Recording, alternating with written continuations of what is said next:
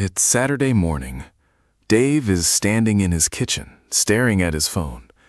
His coffee went cold 10 minutes ago. In the living room, the TV is playing cartoons for his youngest kid. On Dave's screen is a headline that just ruined his weekend. Almost $1 million. Dave is 45. Dave does not have $1 million. What Dave has is a 401k he's afraid to look at, a mortgage with 22 years left on it, and a Parent Plus loan statement sitting on the counter that he hasn't opened yet. Millions of Americans in their 40s and 50s are waking up, seeing these headlines, and quietly asking themselves the same devastating question. Is everyone else secretly rich? Or am I just a massive failure? Well, I've got good news and bad news. The good news is that the headline is a lie. It is a statistically manipulated, mathematically laundered illusion. The bad news? The real number isn't a whole lot better, and it comes with a ticking clock. Let's start by destroying the myth of the $1 million 45-year-old. According to the most recent Federal Reserve data for 2026, the average American household headed by someone aged 45 to 54 has a net worth of $975,800. But here is where the math gets sneaky. There is a massive, life-altering difference between the word average and the word median. If you take 9 broke guys with $0 in their bank accounts and you put them in a room with Jeff Bezos, the average net worth of that room is over $20 billion. It is technically true, but practically, it's completely useless data. Averages are heavily skewed by the ultra-wealthy top 1%. The median is different. The median is what you get when you line up every 45-year-old in America, from the poorest to the richest, and you ask the person standing exactly in the middle to empty their pockets. That person in the middle, that's Dave. That's your neighbor. That's the real American benchmark. And the median net worth for a 45-year-old right now is $247,200. That is a nearly $730,000 gap between the headline you read and the reality you live. I want you to pause right now. Think about your own number. Add up your savings, your 401k, the equity in your home. Now subtract the credit cards, the student loans, the car notes. Where do you stand? Here is the real scoreboard for a 45-year-old in 2026. If your net worth is under $48,000, you are in the bottom 25%. If you are around $247,000, you are the exact median. You are right in the middle. If you have $680,000, you are in the top 25%. If you are sitting on $1.4 million, you are in the top 10%. And if you have over $8.7 million, you're in the top 1%. And honestly, you don't need to be watching this video. Most people hear that $247,000 median and think, okay, $250,000. That's not terrible. But as we're about to see, that number is hiding a very dark secret.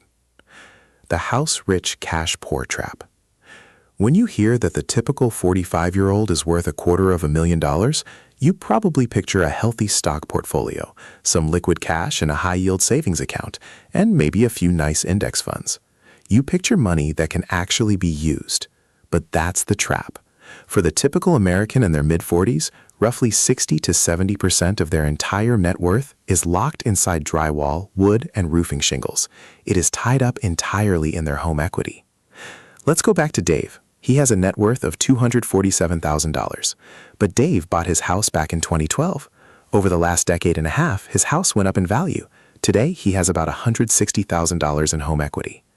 Subtract that home equity, and Dave is left with roughly $87,000. That $87,000 is his everything else. That is his entire cushion against disaster. That is his retirement fund, his emergency savings, the kids' college fund, and the money for the vacation he's been promising his wife for 4 years. Here is the harsh reality that financial planners rarely say out loud.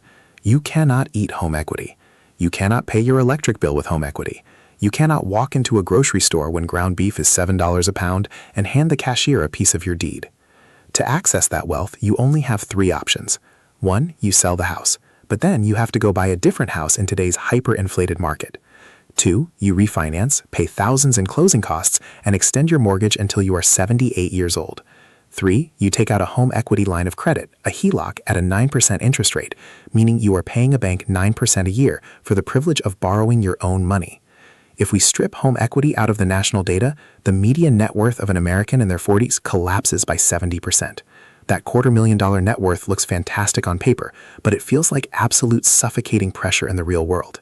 If you did the math on your own life a minute ago and realized that almost all of your wealth is just the inflated price of your house, welcome to the club.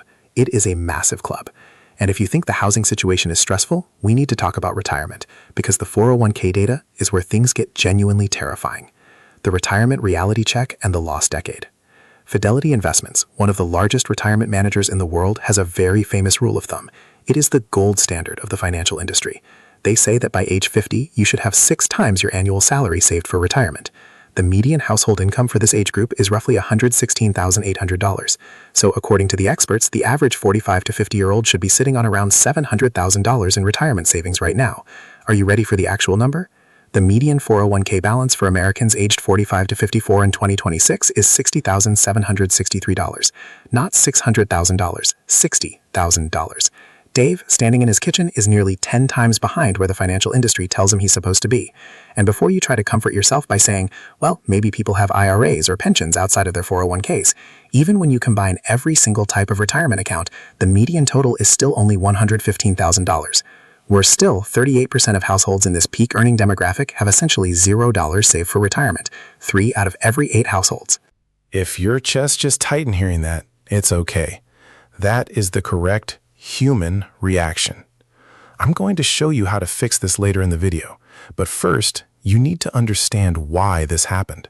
Because you didn't just spend too much on lattes. You were the victim of a generational economic trap.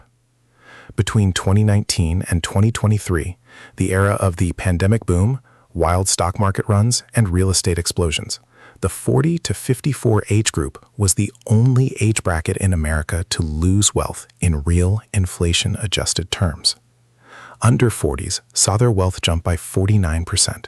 People over 70 gained 15%, but the 45-year-olds down 7%. Why? Because of timing. If you were 65 in 2012, you already owned the house and the stocks. You just rode the wave up. But if you were 35 in 2012, you were in the worst possible spot in economic history. You had just survived the 2008 financial crisis. Your wages were stagnant. You were likely renting, trying to rebuild your savings. By the time you finally scrapped together enough for a down payment, around 2019 or 2020, the housing market had already doubled or tripled in price. The window to build wealth the easy way closed on an entire generation exactly when it was their turn to walk through the door. The sandwich generation and the debt weight. So, we know the assets are lower than they should be, but we can't talk about net worth without talking about the liabilities, the debt. And this is where Gen X and older millennials take home a trophy that they absolutely did not ask for. This age group carries the highest total debt load of any demographic in America. The average is sitting on $158,150 in total debt. They hold the highest credit card balances, nearly $10,000 on average, at interest rates currently floating above 21%. This means that for a massive chunk of middle-aged Americans, their credit card debt is actually growing faster than their 401k. But the debt that really breaks people is the one they took on out of love. Roughly 1 in 10 people in this age bracket is still paying off student loans, but very often it isn't even their own. It's Parent Plus loans they took out to help their kids afford college. These loans currently carry brutal interest rates, over 9% plus a 4.2% origination fee. You can't easily refinance them. They don't qualify for standard federal forgiveness programs. They just sit there, compounding. Dave has a $31,000 Parent Plus loan for his son. The interest alone is costing him $235 a month. Which brings us to the most expensive phase of life, known as the sandwich generation. According to Pew Research, 54% of Americans in their 40s are currently supporting an aging parent while also raising a child or financially supporting an adult child. 1 in 5 are pulling triple duty, supporting a minor, an adult kid, and an aging parent simultaneously. Dave's mother is 74. She's in an assisted living facility because she started leaving the stove on. Medicare doesn't cover long-term custodial care. The facility costs $6,200 a month. Dave and his sister split it. That $1,400 a month that Dave pays, that used to be his retirement contribution. Meanwhile, Dave's 24-year-old son moved back home because rent is too high. Dave isn't charging him rent. And he still has a 14-year-old daughter who needs braces and travel soccer fees. When society looks at a 45-year-old with only $60,000 in their 401k, the immediate assumption is that they were irresponsible. They bought too many trucks, they went on too many trips. No, they are funding 3 generations of human beings out of a single paycheck. It is structurally, mathematically impossible to max out a retirement account while you are writing checks to a memory care facility for your mother and covering groceries for your grown children. Because of all this pressure, millions of 45-year-olds are secretly banking on a bailout. It's the elephant in the room. They read articles about the Great Wealth Transfer, the idea that the baby boomers are going to pass down $84 trillion to their children over the next 20 years. If you are behind on your retirement, it is incredibly tempting to whisper to yourself, "It's fine. Mom and Dad's house is paid off. I'll inherit something eventually." I need to respectfully take that safety blanket away from you.